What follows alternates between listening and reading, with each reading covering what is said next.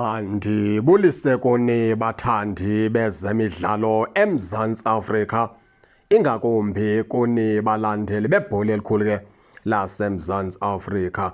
uThabo Cele neKaizer Chiefs baphulaphuli ke iseko sahliswana kusenyuswana baphulaphuli ngoba abamele uThabo Cele ithi into iKaizer Chiefs ibanekile igunya lokubana ke bangamfunela uThabo Cele iteam abafuna ukumfunela yona.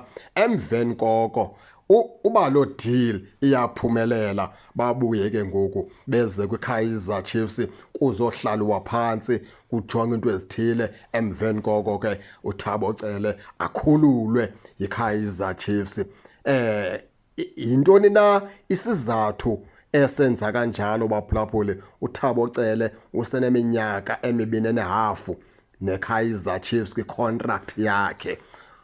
Uyiplayer yeKaizer Chiefs ngokusesikweni uThabo Cele, kodwa ke ngokuzinto phakathi kwakhe neKaizer Chiefs ke azihambi kakuhle. Umfana omdala uqale ungayiqondi imeko yakhe xa iKaizer Chiefs imshiya xa ibheka phaa ku-pre-season eSpain, ikange thethe kwanto naye, ikange imcacise into yokubana kwenzeka ntoni. Wazibona engekho kwiskwadi esibheka eSpain kwi-pre-season. Kulapho ke uThabo Cele avuse intloko, umfana omdala wazama ujonga ngaba kwenzeka ntoni na phakathi kwam neliqela. Wafumana into yokubana ke kusho ukuthi yena akasayonxalenye nengxenye yale team. Waqonda ukubana ke ngoku makase ahlale phansi athethe nabo into yokubana ngcono nindikhulule madoda, ngoba kuyabonakala into yokubana andisayongxenye yale team. Yabona ke ngokuthiwa ke abamele uThabo Cele baphezu kwalo mcimbi lo wokubana ke ngoku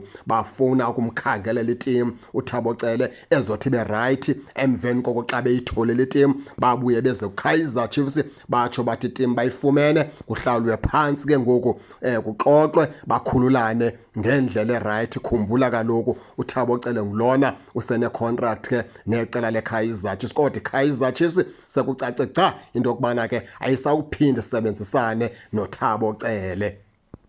Bathi ke abasemfutheni olwazi abamele uThabo Cele abamfunela iiteam zalapha eSouth Africa, bamfunela ke team ke eziphesha kolwandle nalapha eAfrika, kodwa iminqweno yabo ukubana uThabo Cele adlale phesheya okanye Afrika. Abamfunela iteam ke elapha phantsi koBetway Premiership. Ndaweva ke amahlebezi adibanisa namaZulu phakathi noThabo Cele, kodwa ke esikufumana into yokubana ke abantu abamele uThabo Cele bamfunela iteam yaphesheya okanye eAfrika.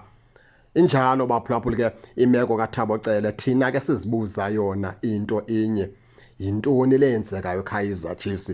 Kwenzeka ntoni ngeplayer eright ohlobo ba uThabo Cele umjongile nje yiplayer enediscipline, yiplayer enembeko, ayifuni noba deske ude uyikhangele leyo into uyazibonakalela la mfana ukuthi ngumfana onembeko. Kwenzeka ntoni eKaizer Chiefs phakathi kwenu noThabo Cele? Ngoba lento kuyaboneka into yokubana ke ayikho kude apha ke kwimanagement yeKaizer Chiefs, ayinanto okwenza nomqeqeshi into kaThabo Cele. Into kaThabo Cele ilapha kumanagement, ibona nasisidenge, ibona nakumntwana nje omncinci. Kwenzeka ntoni? Yile sifuna ukuyazi. Kodwa ke abaphulaphuli ke ningene ke nani ke nitsho nento yokubana niva njani, nize ningakhohlwa usubscribe kule channel kuze ningaphoswa zezemidlalo endizanothulela zona kwixa elizayo. Kakuhle babukeli.